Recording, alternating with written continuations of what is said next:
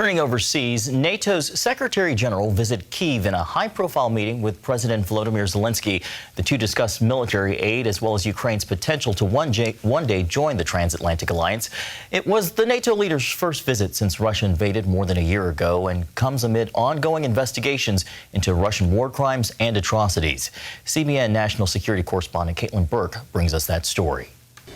Even before the war began, Russia's Vladimir Putin made clear his stance on Ukraine staying out of NATO.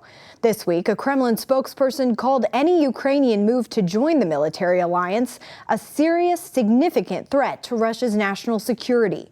Meanwhile, NATO's Secretary General sees Ukraine's membership as imminent. Let me be clear.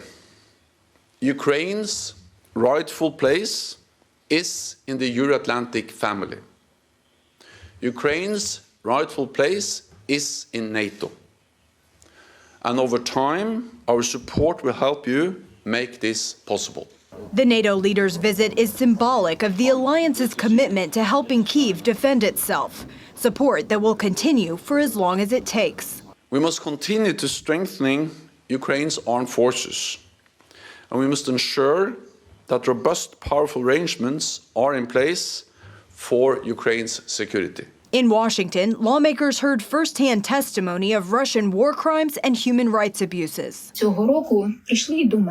In January of this year, they came for me. And they took me to their torture chamber and kept me there for 5 days. This was terrible. I was beaten, forced me to undress, cutting my body with a knife and threatening to rape and kill me.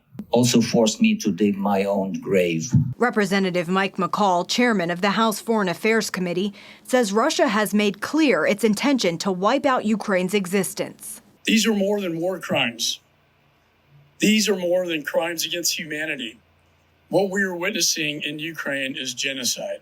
McCall also referred to the thousands of children kidnapped and deported to Russia. Tens of thousands of children have been kidnapped, handed over to Russian families, and forced into pro-Russian re-education systems. CBN News spoke with Natalia Kamyak of Orphans Promise about the kidnappings. She says Vladimir Putin actually changed adoption laws to make it easier to place these children with Russian families. These children have been taken into summer camps. They have been taken from orphanages. Majority of them do have living parents or relatives. Lawmakers from both parties agree Russia is committing crimes against humanity in Ukraine. Meanwhile, with ongoing support from the U.S., NATO, and other countries, Ukraine is expected to launch a counteroffensive against Russia this spring. Burke, CBN News, Washington. Thousands dead and millions of lives still upended. Gordon? Well, these are historic days when you have the head of NATO, key defensive alliance, coming out and saying Ukraine is a European country. Ukraine should be part of NATO. That is world-changing. That is an incredible statement to make, and we're living in historic times. Just a few years ago, people were wondering, does NATO have a future? What is NATO now? And how does this work going forward?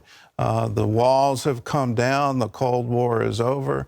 All it took was Putin, and suddenly now NATO is vital and an essential part of the international community. And if they let Ukraine in, what that means is now the combined air power of NATO comes into the defense of Ukraine. This could spark it and really spark World War III.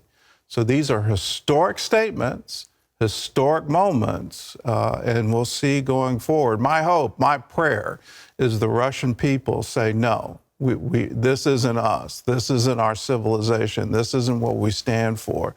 We don't believe in this greater Russia. This war, the horror of it, the war crimes of it, it all needs to stop, and it needs to stop now. Let's pray for that, and let's pray for peace. I certainly don't want escalation. Let's pray that this conflict ends, and ends very quickly.